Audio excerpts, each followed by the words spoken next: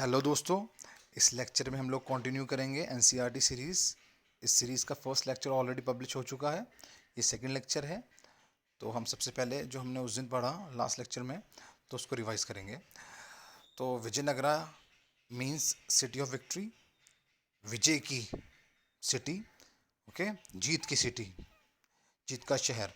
कमाल की बात यह है कि विजयनगरा जो है ये एक सिटी भी थी, सिटी का नाम भी था मतलब, और एम्पायर का नाम भी था, जिसको 14th सेंचुरी क्राइस्ट एरा में, अब से तकरीबन 600 साल पहले जिसकी नींव रखी गई, और दो जेंटलमैन के द्वारा, जिनका नाम है हरिहरा एंड बुक्का। और अगर हम देखें कितना फैली हुई थी सिटी, इसके जोग्राफिकल एक्सपेंस क्या था। अगर हम मॉडर्न डे कर्नाटका की बात करें, सॉरी महाराष्ट्र की बात करें, रिवर कृष्णा जहाँ से ओरिजिनेट होती है, और वहाँ से लेके टिप ऑफ द पेनिनसुला, मतलब आपका केरला और तमिलनाडु के लास्ट तक, ओके। तो इनकी एक इम्पॉर्टेंट सिटी है हम्पी। हम्पी जो बनी हुई है या बसी जो हुई है, वो रिवर टुंगाभद्रा जो है उसके बैंक्स पर बसी हुई है, उसके किनारे बसी हुई है। और जो इस सिटी का नाम है वो मदर गॉडेस जो उनकी उस टाइम पर थी, बहुत ही जिस पूजनीय देवी पंपा देवी, उनके नाम पर हम्पी है। So now will see that design of temple, you can say रथ। ये टेम्पल्स में रथ होते थे उस टाइम पर, आप देख सकते हो कितनी खूबसूरत तरीके से ये बना रखा है। चलिए आगे चलते हैं। मैंने आपको बता दिया हरिहर और बुक्का जिस टाइम पर ये लोग यहाँ पर रूल कर रहे थे, उस टाइम पर नदन इंडिया में आपको बताया दिल्ली सल्तनत होता था, और उस टाइम पर मोहम्मद बिन तुगलक जी रूल कर रहे थे। तो हरिहर और बुक्का उनके कॉन्टेम्प्रेरीज आप कह सकते हैं। एक्चुअली ये फिडल लॉर्ड से, फ्यूडलिज्म का कंसेप्ट बहुत पहले से चलता है, शुरू से ही। फ्यूडलिज्म में क्या होता है, जब एक मेन जो अथॉरिटी होती है राजा, वो अपना पूरा का पूरा एम्पायर कंट्रोल नहीं कर सकता, because empire is too large to administer, तो बेटर गवर्नेंस के लिए क्या करता है, फिडल लॉर्ड्स अपॉइंट कर देता है, लोकल राजा जिनका लोकल इन्फ्लुएंस होता है, या वो ज़मींदार भी हो सकता है, कोई राजा भी हो सकता है। और वो रिस्पॉन्सिबल होता है कि वहाँ से जितना भी रेवेन्यू कलेक्शन हो रहा है, जितना भी टैक्स कलेक्शन हो रहा है, वो कलेक्ट करे, और वो उस पैसे को जो है वो आगे जो है रेमिट कर दे जो मेन अथॉरिटी है, इस केस में मोहम्मद बिन तुगलक। और इन फ्यूडल लॉर्ड्स को एलिजेंस बियर करना पड़ता है अपने मेन राजा से। तो ये सिस्टम चल रहा था, लेकिन हुआ क्या, इन लोगों ने रिबेल कर दिया अपने अल्टीमेट अथॉरिटी जो एमबीटी थी, दैट मोहम्मद बिन तुगलक के खिलाफ। और इन लोगों ने इंडिपेंडेंट डिक्लेयर कर ली, that now we are independent, अब हम इंडिपेंडेंट हैं, ओके। और यहाँ से स्थापना करते हैं ये विजयनगरा एम्पायर की। तो हरिहर और बुक्का के बारे में थोड़ा और। हरिहरा ने थ्रोन जो एक्सटेंड किया वो 1336 में किया और 20 साल तक रूल किया। और उसके बाद बुक्का जी आए, जिन्होंने 1377 तक रूल किया, और बुक्का जी ने मदुराई के किंग को डिफीट किया, and he was the gentleman जिन्होंने जिन्होंने विजयनगरा एम्पायर को बहुत ज़्यादा कंसोलिडेट किया। चलिए अब आगे जाते हैं। उसके बाद हमने देखा था कॉलिन मैकेंजी जो थे, he was the first surveyor general of India. बहुत एफिशिएंट बंदे थे, ईस्ट इंडिया कंपनी को सर्व करते थे, उसके एक बहुत इंपॉर्टेंट ऑफिसर थे, बहुत फेमस ऑफिसर थे, बहुत अच्छे इंजीनियर भी थे, सर्वेयर भी थे, और cartographer, it means map maker, map making abilities बहुत ही अच्छी थी कॉलिन मैकेंजी की। तो हम्पी सिटी में जो को जो रिकन्स्ट्रक्ट किया है ना, तो वहाँ के रूइंस के बारे में पढ़ के, एक्सप्रेशंस के बारे में पढ़ के, सो कॉलिन मैकेंजी को उसका क्रेडिट जाता है। तो हम्पी के बारे में जस्ट में देखा, जो हम्पी है, much of the ancient information has been based on the memories of the priest of Virupaksha.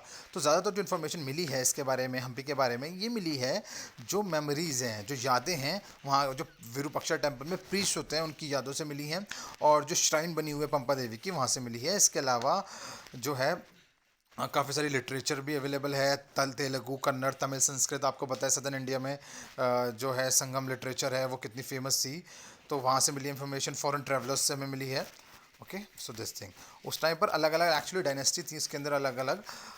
तो एक थी आपकी संगम डायनेस्टी, जिसके अंदर आप देख सकते हो हरिहरा राय, बुक्का राय, हरिहरा राय सेकंड, विरूपाक्षा राय, बुक्का राय सेकंड, ये सारे के सारे थे। दूसरी डायनेस्टी थी तुलुवा, जिसमें तुलुवा, वीरा, कृष्णा, फिर थी अराविडू, जिसमें आलिया राम राय, तिरुमला देव राय, वेंकट सेकंड, एंड इसमें एक आपको रूलर मिलेंगे कृष्णदेव राय, ओके। कृष्णदेव राय आप देखोगे आप तुलुवा डायनेस्टी के थे, थर्ड नंबर पर जैसे आप देख रहे हैं, बहुत इंपॉर्टेंट लीडर हैं, और बहुत अच्छी लीडरशिप इनकी क्वालिटीज़ हैं, जिनके बारे में चैप्टर में काफ़ी डिटेल्स में जानेंगे। तो जैसे कि आप देख सकते हो अपनी स्क्रीन पर, he was the greatest ruler, Tuluva dynasty से आते थे, रिमेंबर, बहुत इंपॉर्टेंट फैक्ट था आप लोगों के लिए, तुलुवा से आते थे, कृष्णदेव राय नाम था।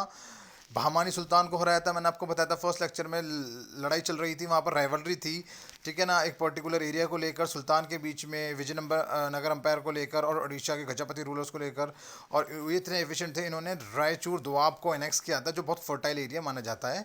और इनके राज में एक फॉरेन ट्रैवलर जो पोर्चुगीज से आया था, जिसका नाम है डोमिंगो पाइस, वो आए थे और उनके बारे में काफ़ी ज़्यादा इन्फॉर्मेशन हमें प्रोवाइड करते हैं।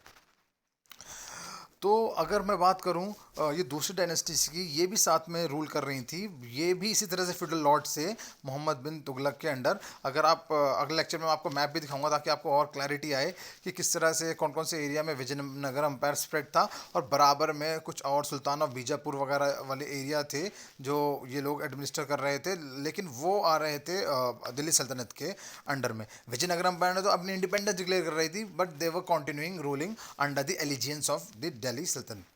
ओके, अब हम थोड़ा सा इनका गवर्नेंस देख लेते हैं। इनका गवर्नेंस बहुत एफिशिएंट गवर्नेंस था। आपको पता है कि एक सिटी को चलाने के लिए, एक स्टेट को चलाने के लिए, कंट्री को चलाने के लिए आपका गवर्नेंस बहुत अच्छा होना चाहिए, आपका एडमिनिस्ट्रेशन बहुत अच्छा होना चाहिए। और उस टाइम पर विजयनगर एम्पायर बहुत अच्छा एडमिनिस्ट्रेटिव सिस्टम था, जो कि उनके प्रीडेसेसर्स ने, उनसे पहले वाले राजाओं ने सेट किया था, जो कि होसेलर्स से ककातिया किंगडम इससे पहले जो रूल करता था, उनका सिस्टम बहुत अच्छा था। तो उन्होंने जो है ये सारी की सारी चीज़ें उनसे ही एक तरह से सीखी थी। किंग होता था अल्टीमेट अथॉरिटी, जैसे आज अगर आप पीएम को तरह देख सकते हैं किंग को, और उसके साथ थे कैबिनेट ऑफ मिनिस्टर्स, जिसको हम प्रधान बोलते हैं, आज मंत्रिमंडल उनको बोलते हैं।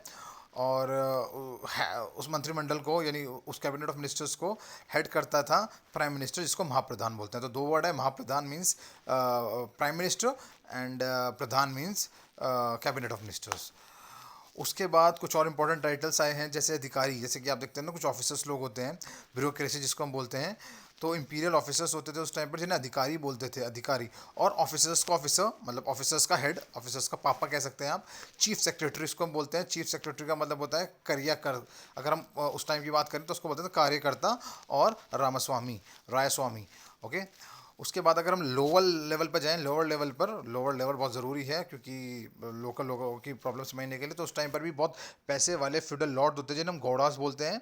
और अकाउंटेंट्स भी वहाँ पर उस टाइम पर होते थे, जिन्हें करा निकास बोलते हैं और करनम बोलते हैं। और गार्ड्स भी होते थे, जिन्हें हम कवालू बोलते हैं। और ऐसा कहा जाता है कि कृष्णदेव राय की जो पर्सनल आर्मी है, उसके अंदर 1 लाख इन्फेंट्री थी, और आपके 20,000 के अराउंड सोल्जर्स से, और 900 एलिफेंट्स से। और अगर हम टोटल मिलाएं तो ये 11 मिलियन, मतलब 11 lakh, not 11 million, 11 lakh soldiers वगैरह उसमें होते थे। तो ठीक है people, I hope you have like the lecture, so do give it a thumbs up. और प्लीज़ कमेंट ज़रूर करें कुछ भी, अगर आपको इसमें आप चाहते हैं कि और ऐसे होना चाहिए, और सब्सक्राइब करना ना भूलें। Bye bye.